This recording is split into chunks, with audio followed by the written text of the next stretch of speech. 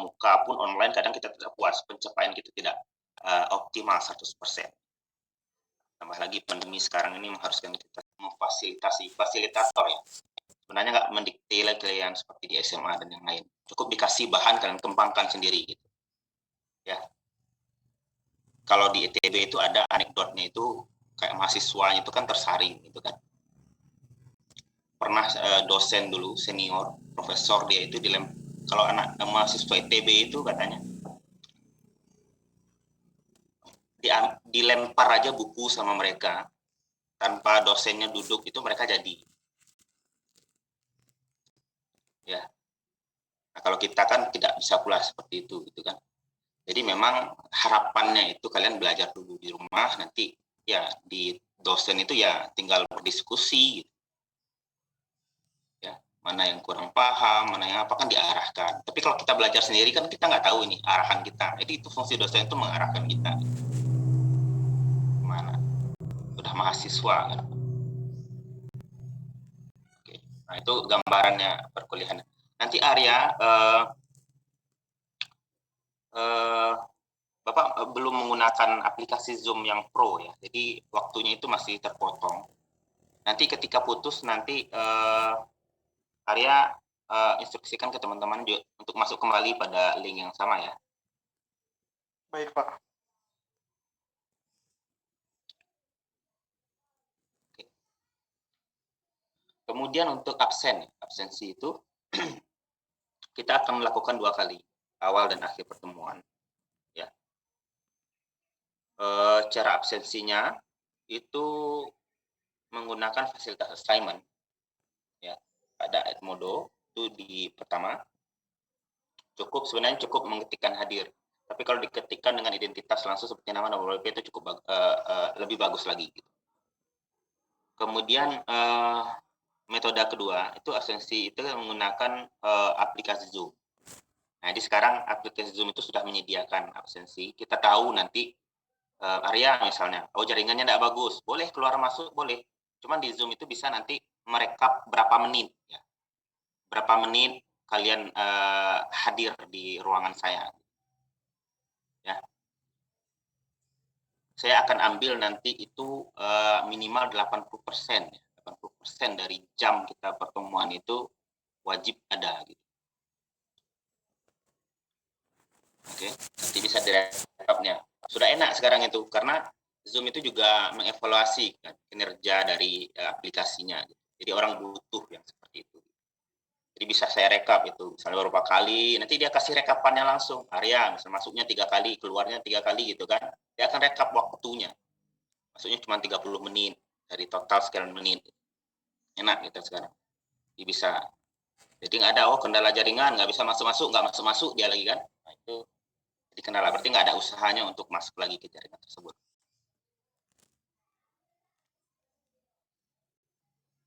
Jelas ya untuk absensi ya. Jadi saya screenshot juga di salah-salah saya menjelaskan, saya screenshot juga.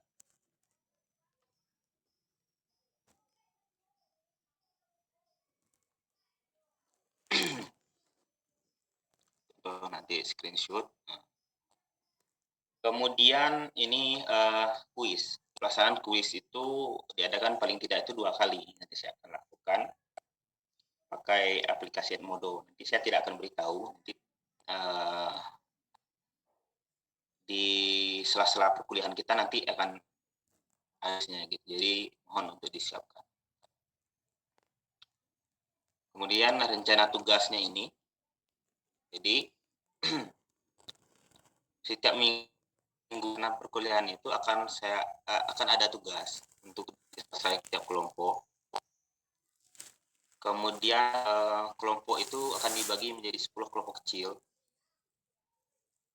Tugas tersebut nanti diupload melalui form penugasan assignment di Edmodo.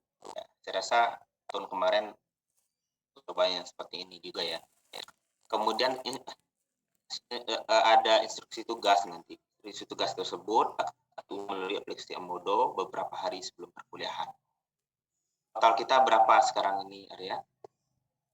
Yang di absensi? Kemarin udah di list, Pak. Kalau dari list itu 59, kalau absensi akademik belum Arya minta, Pak. Oh gitu. Bapak udah minta nanti saya share ke Arya ya. Nanti minta tolong Arya bagikan kelompoknya sesuai dengan urutan di absen saja. Jadi nggak usah kamu acak. Karena nanti kan saya akan menilai di sana. Jadi kalau kamu acak, saya susah nyarinya.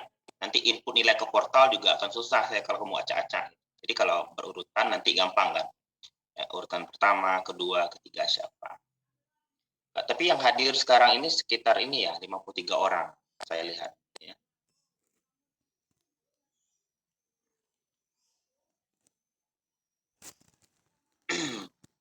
Kita lanjut.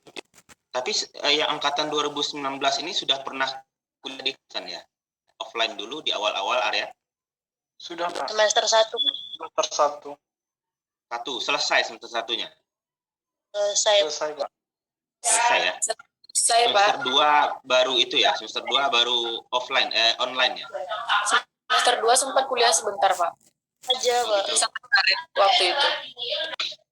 Iya, iya.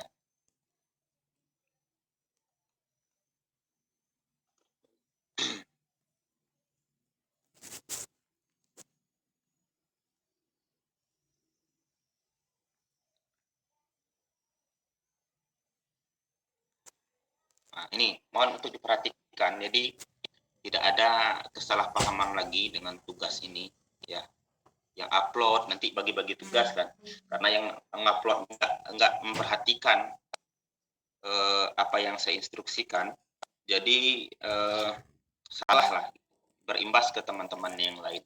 Jadi kalau sekitar 50 orang berarti satu kelompok itu sekitar 5 orang lah ya Arya ya.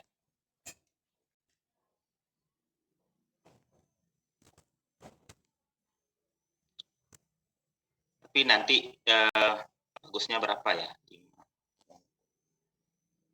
Atau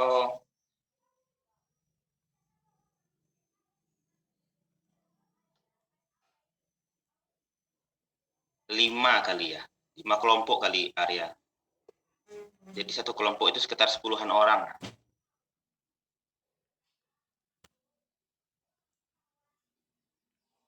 Kedengaran suara saya Arya? Kedengaran, Pak. Ya. Jadi kelompoknya itu 5 kelompok, Pak. 5 kelompok saja lah. 5 kelompok jadi ada rata-ratanya itu 10 orang lah. Kalau memang 50 kalian ya. Berapa tadi orangnya? 59, Pak. 59. Wah.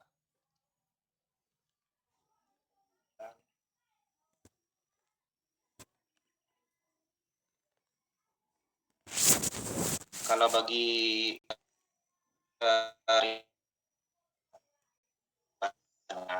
11 orang ya. 12. Bentar.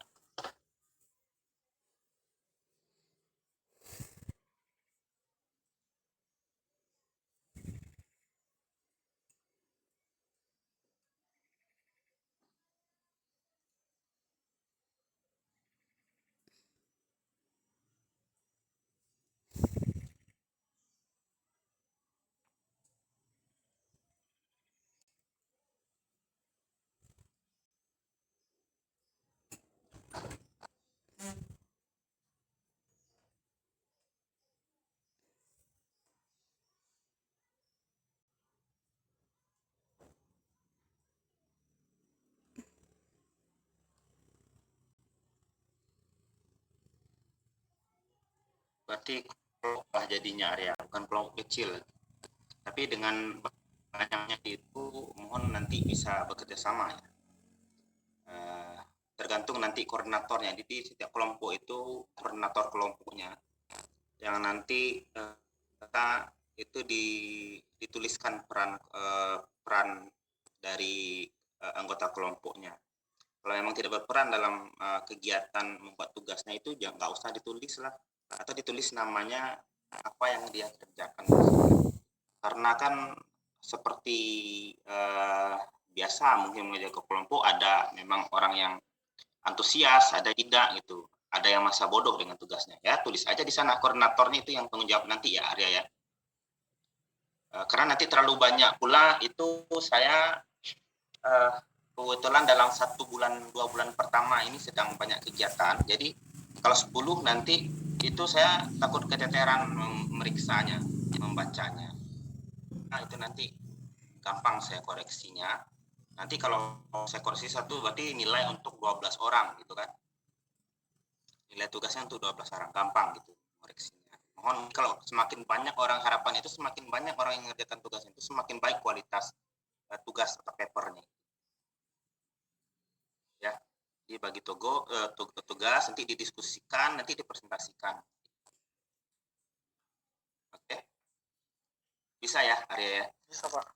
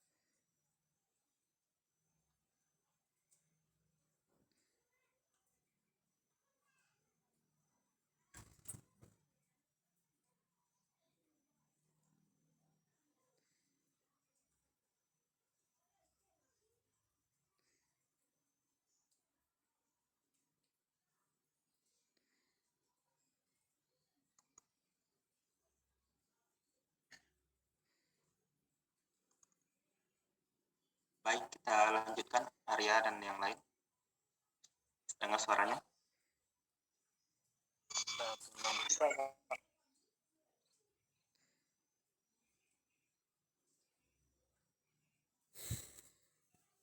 Sudah kelihatan ya? Sudah, Pak.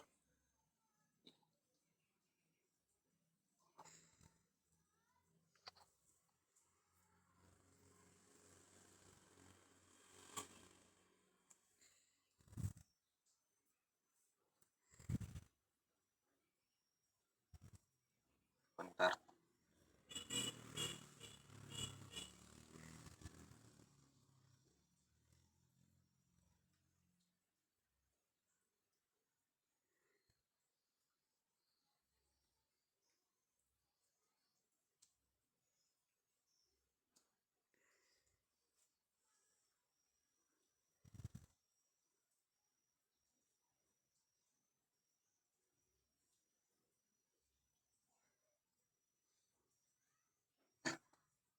Sudah sampai di mana ya? Tugas ya? Kuis, Pak. Kuis tugas.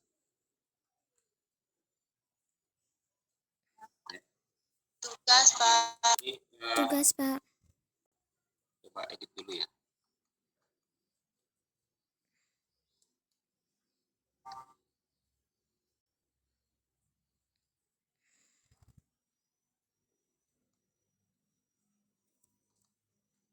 Nah, ini ya mekanisme tugasnya. Pengumuman tugas itu nanti kan setiap minggu ada tugas, tapi sebelum pertemuan yang berikutnya itu saya akan umumkan tugas itu atau ada instruksi tugasnya itu 4 sampai 6 hari sebelum perkuliahan pada di Edmodo. Kemudian mahasiswa nanti akan dibagi menjadi 5 besar ya. Nanti nama-nama di absen akan saya kasih ke Arya, nanti Arya yang bikinkan. Ya, jadi tinggal di copy paste aja, ada form Excel-nya ada sama saya nanti. Ya Arya. Yang sudah diketikkan itu berarti 2 hari lagi nanti Arya udah kumpulkan ke Bapak nanti. Baik, Pak. Kemudian H+2 perkuliahan pertama, berarti 2 hari lagi ya. Kemudian tugasnya ngapain saja. Jadi setiap kelompok itu nanti mengerjakan tugas itu berupa PowerPoint. Lalu bahan yang sudah dibuatkan itu, nanti kan ada instruksi tugas, itu kan akan jelas nanti apa-apa saja yang mau dikerjakan. Dibuatkan dalam bentuk PowerPoint nanti. Kemudian PowerPoint yang sudah dibuatkan tersebut, itu nanti kalian presentasikan. Ya, presentasi itu ya antara kalian yang ber-12 itu, ya, berkelompok itu. Presentasikan, semuanya hadir di sana. Ya. Kemudian dibagilah tugasnya nanti. Dipresentasikan mungkin baiknya menggunakan Zoom saja, nanti direkam, direcord. Oke. Kemudian recording itu nanti yang akan dikumpulkan. Aturannya nanti tidak boleh lama presentasinya itu adalah maksimal 20 menit. Tidak boleh lama-lama. Jadi diaturlah nanti PowerPoint-nya, slide-nya seoptimal mungkin ya. Berapa banyak slide-nya, ketika dibaca dicoba-coba dulu. Jangan nanti pas direkam ternyata lebih gitu kan. Berarti nggak ada antisipasi di awal. Karena nanti kenapa dibatasi? Karena kan saya nonton juga videonya teman-teman. Seperti kelamaan. Nggak ada waktu kita diskusi dan yang lain. Ya. Yang dipresentasikan itu nanti, yang dibuatkan tugas itu adalah memang poin-poin yang sudah didiskusikan dengan matang sebelum dituangkan dalam PowerPoint. Memang yang rasanya dari studi literatur yang sudah digunakan itulah poin yang akan dipresentasikan. Ya. Kemudian sudah dapat recordingnya, sudah bikin PowerPoint, nanti diskusinya sebelumnya itu didokumentasikan kan. Nah, kalian diskusi lewat via WA, diskusi via Zoom, nanti kan tentu bikin tugas itu kan perlu tatap muka pula. Cukup dengan WA saja gitu kan. Itu didokumentasikan juga. Screenshot nanti di PowerPoint di belakangnya itu kalian bikinkan ya, bikinkan presentasinya, lampirannya nanti. Kalau bisa setiap ada daftar hadirnya. Jadi PowerPoint udah materi itu nanti bikin lampirannya, bukti dokumentasi gitu di bawahnya gitu. Nanti apakah screenshot WA-nya atau screenshot dari ada diskusi daring gitu. Mau bikin apa, bagi-bagi tugas gitu kan. Kemudian itu kalian lampirkan di bawahnya. Nah, udah selesai PowerPoint itu diajak temannya untuk ayo kita presentasikan, kita menggunakan aplikasi Zoom. Nanti di record satu operatornya gitu kan, di record nanti usahakan nanti pas pertemuan itu pas presentasi itu nanti muncul wajah teman-temannya semuanya, nanti baru di slideshow kan PowerPoint-nya gitu. Nanti terbaca di awal siapa saja yang hadir gitu kan. Atau nanti kan di partisipan itu kan bisa lihat siapa saja yang hadir. Tapi yang penting intinya itu terrecord. Jadi waktu nge-record itu wajah terlihat di awal sebelum presentasi gitu kan. Yang hadir itu terlihat itu sebelah kanan kalau di Zoom itu. Kualitas videonya itu juga, komponen video itu juga harus diperhatikan ya sebelum merekam. Pertama, jelas PowerPoint-nya nanti ada lampiran-lampiran diskusi sebelumnya di dalamnya ya. Saya ingatkan lagi, karena sebelum-sebelumnya itu bikin PowerPoint tapi bukti ada diskusi atau tidak, ada absensi pas diskusi atau tidak gitu kan, nggak ada dilampirkan di belakangnya. Ya, dilampirkan, ini saya tegaskan lagi. Nanti baru dipresentasikan via Zoom, nanti di Zoom pun nanti pastikan teman-temannya hadir dulu, muncul kan, sebelum kita kan muncul kita semuanya itu di record ya, atau klik partisipan kan kelihatan tuh di list yang hadir itu belakangnya, dihidupkan webcamnya. Nah, nanti kalau udah siap semuanya baru di slideshow-kan. Ada moderatornya, siapa yang presentasikan gitu kan. Nah, seperti itu. Saya rasa jelas ya, Arya, karena sudah biasa juga dengan itu ya. Nanti udah recording itu baru di-upload ke assignment. Kan saya ada instruksi tugas itu kan di Edmodo. Assignment-nya di Edmodo. Nanti kamu upload di sana. Uploadnya itu ya koordinatornya tadi, koordinator kelompok itu yang bertugas uploadnya gitu. Ya, jadi ditunjuk di kelompok itu nanti ada koordinator kelompoknya yang dipercayakan oleh teman-temannya. Itulah yang nanti bertugas uploadnya. Jangan 12 orang pula yang upload tugas semuanya gitu. Penuh nanti saya bingung bacanya yang mana gitu. Jadi untuk 12 orang itu cuma satu yang diupload. Ya. Tapi satu tugas itu untuk nilai 12 orang. Diingat banyak. Kalau 12 orang itu bisa aja dibagi-bagi tugas nanti kan. Misalnya ada 10 poin yang saya minta, bagi-bagi aja tugasnya. Atau 5 poin yang saya minta untuk dijelaskan. Lalu ya bagi 1 poin itu 2 orang yang mengerjakan. Itu mekanisme terakhir kalian gitu. Semakin banyak orang yang mengerjakannya itu, data yang diberikan itu semakin valid gitu. Yang A ngerjakan yang sama, itu 2 data itu ketika dikumpulkan pasti akan ada diskusi di sana, akan ada kesepakatan file apa yang akan kita munculkan di PowerPoint tersebut. Jadi saya nggak mau PowerPoint kalian itu terkesan asal-asalan dan terkesan udah ada tugas udah cukup gitu. Ya, saya maunya itu data yang kalian ambil itu memang dari artikel atau dari buku yang update gitu. Ya, dari artikel ilmiah misalnya ada referensi yang jelasnya. Ya, ada referensi yang jelas. Oke. Kemudian nanti setelah diupload, keaktifan mahasiswa itu dapat ditunjukkan dengan menanggapi pertanyaan pada kelompok yang ditugaskan, menampilkan rekaman presentasinya. Kemudian tugas itu kapan dikumpulkan? Itu maksimal itu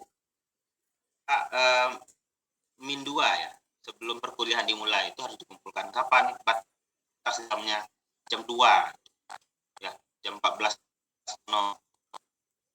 Ya, setiap keterlambatan itu silahkan rapat, cuman saya kurangi nilainya nanti dari nilai yang harus saya nilai dulu. Kalau 5 kan gampang saya itu nanti dikurangi 25% nilainya ya Arya ya. Kemudian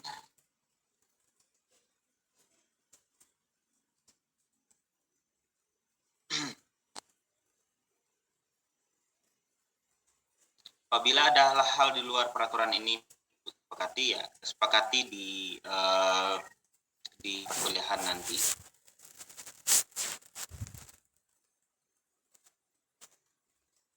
Ini bentuk formnya, nanti ada formnya juga saya kirimkan ke Arya, nanti Arya tinggal copy paste saja. Oke, cukup ya. Silakan kalau ada pertanyaan terkait mekanisme perkuliahan RPS dan tugasnya, silakan Arya dan yang lain boleh sebelum kita masuk ke pendahuluan patologi klinik.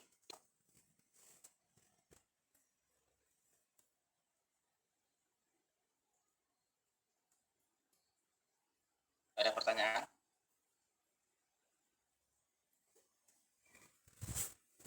Izin bertanya, Pak. Silakan Arya. Untuk jumlah slide PPT-nya tuh nanti di instruksi saya sebutkan Arya. Di instruksi tugas nanti itu kan ada di sana. Yang penting itu juga nggak banyak-banyak kok Arya. Nanti saya sesuaikan dengan topiknya, makanya nggak saya sebutkan di sini gitu. Di per topik itu nanti akan kemungkinan jumlahnya berbeda-beda. Ya. Ada lagi?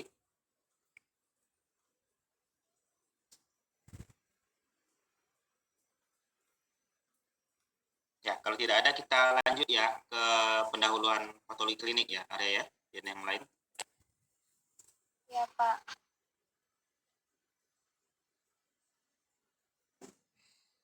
Oke, jadi patologi klinik ini dia merupakan bagian dari ilmu inti patologi. Patologi itu ilmu yang mempelajari tentang penyakit. Kemarin juga ada patofisiologi kan, ilmu yang mempelajari penyakit, tapi kita juga mempelajari fungsi normal dan fungsi yang tidak normalnya. Kalau patologi ini biasanya ada istilah patologi anatomi, patologi forensik, patologi klinik. Ya, bedanya apa sih? Kalau patologi anatomi itu, seingat saya ya, kalau dulu saya bekerjanya kalau di S1 itu di PA ya, patologi anatomi. Saya dibantu oleh dokter memang spesialis patologi anatomi dia gitu. Saya mengambil jaringan, saya lihat melakukan pewarnaan, nanti saya lihat nanti bagaimana bentuk kolagen ya. Kolagen di bawah mikroskop dan yang lain. Atau PA ini juga bisa kita ambil jaringan melihat perkembangan sel kanker gitu. Berapa luas dia, itu ada ahlinya. Biasanya kalau orang melihat melakukan biopsi ya itu ke patologi anatomi rumah sakit. Ya. Itu dia mempelajari berbagai macam penyakit ya melalui sel dan jaringan. Melihat langsung bagaimana organ yang sakit tersebut. Memeriksa langsung adanya tumor, jenis tumor itu orang patologi anatomi itu ahlinya. Ada spesialisnya kalau di dokter. Sama juga halnya dengan forensik juga. Itu forensik itu istilah yang mungkin umum dan terkadang itu kelihatan menakutkan ya. Karena memang dia mempelajari tentang jenazah ya. Baik mengenai cara, waktu, sebab kematian itu ahli patologi forensik yang mempelajari. Ya. Maupun hal-hal lain yang berhubungan dengan masalah-masalah kriminal misalnya. Dalam hal ini berhubungan dengan kedokteran dan kehakiman. Nah, sekarang patologi klinik ini bagaimana? Ini bagian dari ilmu kedokteran juga. Kita mempelajari bagian dari ilmu kedokteran juga. Kita nggak mau menyebutkan ini, ini tidak. Tapi bagian ilmu kedokteran ini kita butuh. Ya. Kita pengetahuan itu. Jadi kita ada batasannya nanti. Batasan mana sih ilmu kita yang harus kita pahami gitu. Tapi batas dalam artian bukan berarti kita nggak boleh mempelajarinya, boleh. Ya, boleh. Cuman batasan kompetensinya di mana? Jadi ada namanya nanti seperti apa.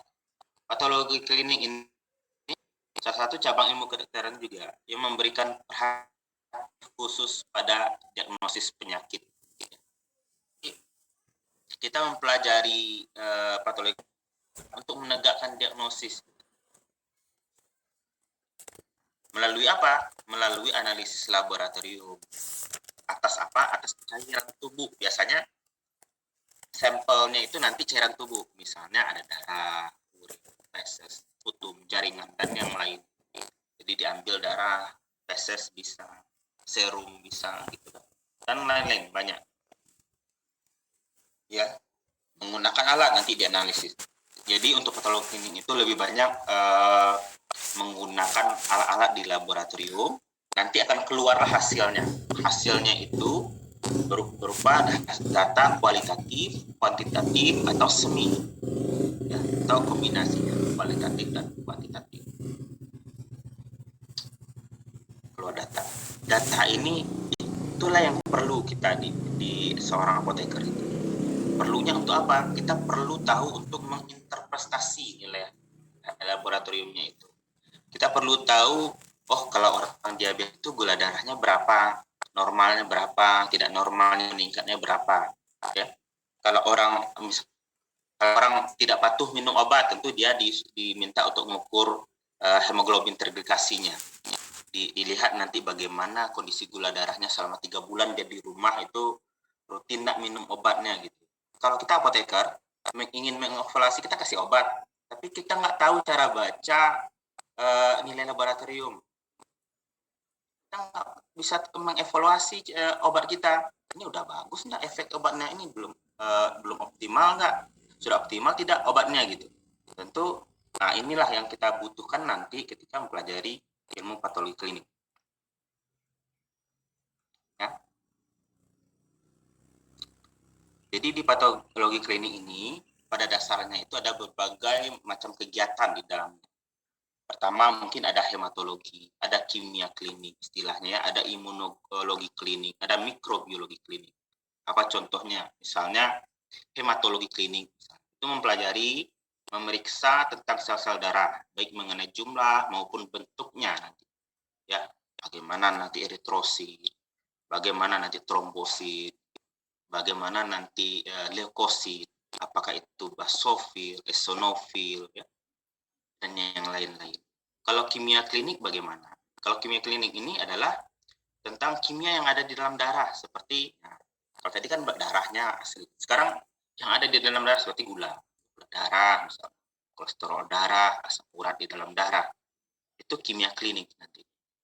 Nanti kalau kalian nanti ada orang tua, misalnya orang dekat, nanti uji laboratorium itu dilihat itu. Oh ini cuma sebatas tes darah hematologi. Oh ini kimia klinik, seperti ada uji ke gula darah, ada kolesterol dan yang lain.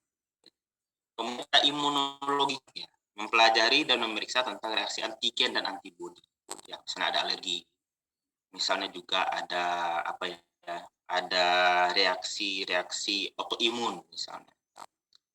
Ada interaksi antara antigen dan antibodi. Kemudian mikrobiologi klinik misalnya mempelajari memeriksa tentang mikrobiologi seperti kuman. Kuman itu seperti bakteri ya, jamur, virus, parasit yang ada di dalam darah. Nah, itu kerjaannya emang analisis. Nanti keluar hasilnya, kita tahu nanti hasil analisisnya itu bisa diterjemahkan dalam bentuk angka, bentuk angka misalnya gula darah puasa 125 mg per desiliter misalnya, atau dalam bentuk satuan internasionalnya milimol per liter misalnya. Atau juga bisa dalam bentuk positif negatif, misalnya kita analisis virus sekarang kan, kalau virus itu kan kalau kita lihat hasilnya itu dalam bentuk positif negatif gitu kan, ada angka, ada positif negatifnya, ada positif 1, positif 2, 3 gitu. Nah, itu bentuk nanti hasilnya. Ya. Apa sih manfaatnya, apa tujuannya kita farmasis atau apoteker itu pengetahuan tentang uji laboratorium ini? Itu kita menilai kesesuaian terapi obat. memang kita ahli di bidang obat, tentu kita perlu menilai kesesuaian diberikan.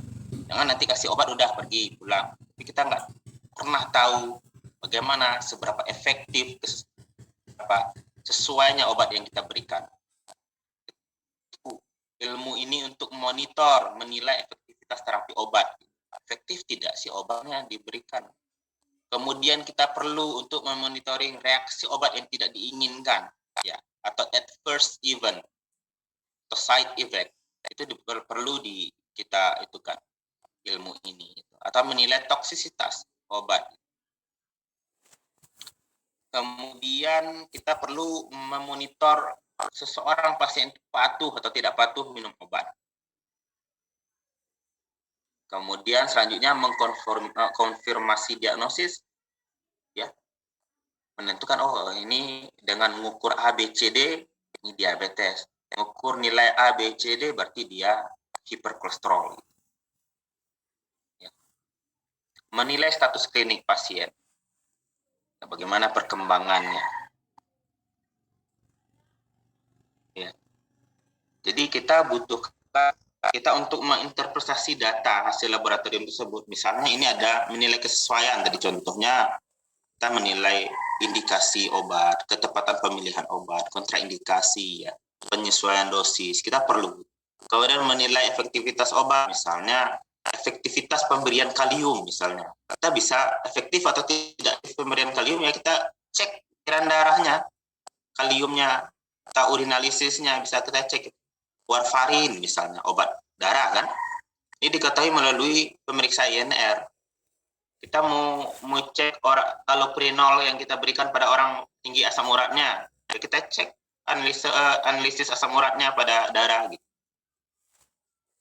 Kemudian kita juga bisa mendeteksi mencegah reaksi yang tidak dihendaki, misalnya penurunan dosis ciprofloxacin 50% pada kondisi clearance kreatinin kurang dari 30 ml per menit. Ya. Misalnya nih, ada seseorang yang gagal ginjal misalnya. Dia ada infeksi juga misalnya. Keluarlah hasil labnya kan. Kalau hasil lab melihat gangguan ginjal itu ada parameternya, itu salah satunya itu adalah creatinine clearance. Creatinine clearance kalau sudah di bawah 30 itu dia udah stadium 4. Stadium 4 berarti fungsi ginjal itu sudah sangat sampai end stage renal disease itu. Sudah dikatakan gagal ginjal dia. Artinya obat yang diberikan itu ketika misalnya ini ada infeksi nih. Kalau di guideline itu ada ciprofloxacin efektif untuk infeksi A misalnya. Orang yang gagal ginjal itu tadi dia harus mendapatkan ciprofloxacin. Tapi kalau kita nggak tahu, ketika kita nggak tahu ini 30 ml per menit itu apa sih artinya gitu. Kita main kasih aja, infeksinya tidak akan sehat gitu. Kenapa? Kalau data ciprofloxacin itu, dia kalau diberikan pada pasien yang creatinine clearance-nya rendah seperti itu, dia akan menurun, ya, efeknya. Ya, efektivitas obatnya itu akan menurun gitu. Nah, makanya kita perlu tahu ketika creatinine clearance itu apa artinya gitu. Ketika dia turun, obat-obat apa saja yang boleh diberikan, apa yang akan turun dosisnya gitu. Paham ya maksudnya? Kemudian kita bisa menilai kepatuhan penggunaan obat. Kepatuhan penggunaan obat misalnya ada orang diabetes mellitus datang ke rumah sakit misalnya, dia selama ini bisa terkontrol gula darahnya dengan minum obat ABC. Kalau orang diabetes mellitus itu kalau sudah bertahun-tahun itu biasanya kan tidak selalu dia terkontrol. Akan merembetlah ke penyakit-penyakit lain, atau diabetes mellitus ini udah ada penyakit-penyakit yang lain sebelumnya. Dia rentan terjadi terjadi komplikasi. Jadi tidak hanya metformin misalnya dia minum, tidak hanya glibenclamid yang dia minum, banyak obat-obat yang lain juga, obat ginjal, obat hipertensi, obat jantung dia minum. Hingga kendalanya nanti apa? Kendalanya itu adalah adherence, atau dia itu kurang patuh minum obatnya. Minum satu aja besok nggak lagi gitu. Dia sehat padahal itu di dalam di dalam tubuhnya itu pembuluh darahnya udah mulai pecah, sudah mulai ada artis dan yang lain-lain gitu. Dia akan merasakan ketika sudah tubuhnya. Gitu. Nah, sekarang pasien ini dikasih obat, banyak kan, pulang, kita kan nggak kontrol atau tidak ini. Makanya kalau di diabetes mellitus itu ada alat, ada parameter yang digunakan. Kita ukur, nanti dia akan kelihatan, oh nilainya di atas 7%, di atas 9%. Berarti si bapak ini dikasih obat, nggak diminumnya obat ini di rumah gitu. Nah, bisa kita menilai seperti itu, sehingga nanti bisa mengambil langkah terapi selanjutnya seperti apa gitu. Misalnya pada orang diabetes mellitus itu kita bisa melakukan pengukuran hemoglobin terglikasi, ya, HbA1c. Jadi ada gula itu nanti terikat pada hemoglobin. Kita tahu hemoglobin itu kan bagian dari eritrosit ya. Eritrosit itu umurnya 3 bulan. Jadi kita glukosa itu terikat selama 3 bulan itu di hemoglobin itu. Jadi kita bisa itu men-tracingnya itu selama 3 bulan terakhir itu bagaimana, maksimal benar, kalau lebih dari itu nggak efektif lagi. Kita bisa lihat, oh ini baru 2 bulan, tapi dia periksa lagi, wah nilainya lebih dari 9% nilai HbA1c-nya. Berarti dia nggak patuh ini. Kita harus merubah pola terapinya. Gitu. Kalau masih sehat, gitu, masih bisa berjalan ke rumah sakit. Kadang seperti itu dan udah koma misalnya, seperti gula darahnya sampai 500. Nah, itu salah satu contohnya kalau kita bisa baca data klinik, data laboratorium, fungsinya seperti itu. Ya. Kita membantu nanti mengkonfirmasi diagnosis. Jadi dokter nanti menentukan diagnosis, kita juga dari sisi ahli obat nanti juga bisa ikut dalam kesembuhan si pasien ini. Kalau kita tahu, nanti jangan di apotek, nanti di rumah sakit tahunya oh kasih obat aja, terserah dokter aja gitu. Padahal kita tahu ini, oh labnya seperti ini, obatnya seperti ini. Kadang kan dokter kan tidak semuanya pula itu optimal kan. Karena ada saking banyaknya kinerjanya mengurus pasien, kadang letih, salah tulis lah, dosis segala macam. Kita tahu oh data klinik seperti ini, dosisnya nggak boleh seperti ini. Mana tahu ada dokternya salah tulis, konfirmasi ke dokternya, dok ini seperti ini, nilainya seperti ini. Rasanya untuk obat A ini kalau dengan kreatinin seperti ini nggak bisa ini dok. Terbantulah nanti si pasiennya ya, terbantu pasiennya bisa optimal. Jelas ya? Halo? Jelas Pak. Iya Pak. Itu kira-kira gambaran fungsinya kita belajar patologi klinik itu, ya. Absennya udah bisa ya, absen akhir itu di di Edmodo sambil saja. Iya Pak. Oke, ini spesimen udah saya jelaskan tadi, spesimen bisa dari darah lengkap, plasma, serum, urin, feses, sputum misalnya. Ada infeksi saluran nafas, ada sputum, keringat, saliva, banyak jaringan gitu. Ini tadi udah saya jelaskan juga. Pemeriksaan laboratorium itu bisa dinyatakan kualitatif, kuantitatif ya, atau semi kuantitatif. Kualitatif itu bisa seperti gula darah misalnya, atau kolesterol, atau hemoglobin itu dalam 12 sampai 16 gram per desiliter gitu. Itu yang kuantitatif ya. Kalau yang kualitatif itu seperti tes virus sekarang ya, kayak COVID itu kan positif negatif gitu. Ada yang lain juga itu seperti semi kuantitatif, itu kita menggunakan angka, tapi ada plusnya gitu, atau minusnya gitu. 1 plus, 2 plus, 3 plus. Itulah yang nanti jadi kita yang harus bisa kita baca nanti dari hasil lab tersebut. Ya. Kemudian kalau di hasil laboratorium itu semakin canggih alatnya itu semakin bagus lah sekarang itu, banyak ya. Kemudian, tapi kalau alat-alat di luar negeri itu banyak menggunakan satuan internasional atau SI. Jangan bingung pula, kalau kita di Indonesia itu banyak menggunakan satuan konvensional ya, misalnya 200 mg per desiliter yang akan keluar dari hasilnya. Tapi sebenarnya bisa disetting ya, tapi kalau nggak disetting SI keluarnya. Misalnya nilai normalnya itu misalnya untuk kolesterol total ya. Kemudian kalau di yang berbeda itu di bawah 5,17 mmol per liter. karena kita di lapangan itu mungkin baca-baca buku-buku, tapi karena seringnya membaca data lab itu hanya dalam satuan konvensional, ketika mendapatkan hasil lab dalam bentuk SI, kadang ditinggalkan aja, dianggap sama dengan miligram, udah langsung alatnya, langsung nyalahin, langsung menakut-nakuti pasiennya. Padahal kita yang membacanya yang tidak tahu bahwa itu adalah nilai dari satuan yang berbeda. Jadi nanti mohon teliti kalau membaca data lab. Ya, wah nilai kolesterol rendah sekali Bu. Ibu nggak makan kolesterol ya Bu. Nah ini bisa rusak pula sistem hormonalnya gitu kan. Kolesterol kan berhubungan untuk produksi hormon dan yang lain-lain gitu kan. Bukan yang jelek-jelek aja kolesterol itu semuanya. Langsung ditakuti pasiennya, padahal dianya salah. Oh itu satuannya berbeda gitu. Bukan dalam bentuk miligram per desiliter. Ya, mungkin itu Arya untuk pertemuan pertama kita. Nah Bapak ada kompres lagi. Insya Allah segera nanti malam atau besok pagi Bapak kasih nama-namanya, Arya bisa bagi kelompoknya ya. Baik. Silakan kalau ada pertanyaan sebelum kita tutup, silakan. Maaf Pak, Putri telat absen akhir Pak. Iya Pak. Telat absen akhir.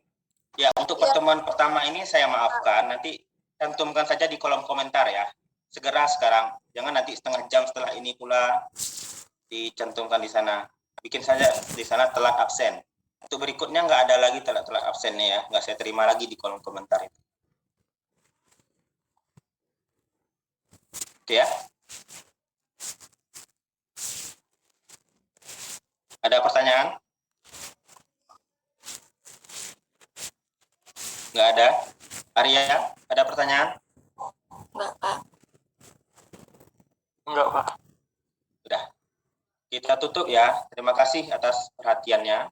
Sudah mendengarkan. Mudah-mudahan pertemuan kita hari ini sedikit banyaknya ada manfaatnya untuk kita semua. Alhamdulillah. Assalamualaikum warahmatullahi wabarakatuh. Waalaikumsalam warahmatullahi wabarakatuh. Terima kasih Pak. Ya, sama-sama.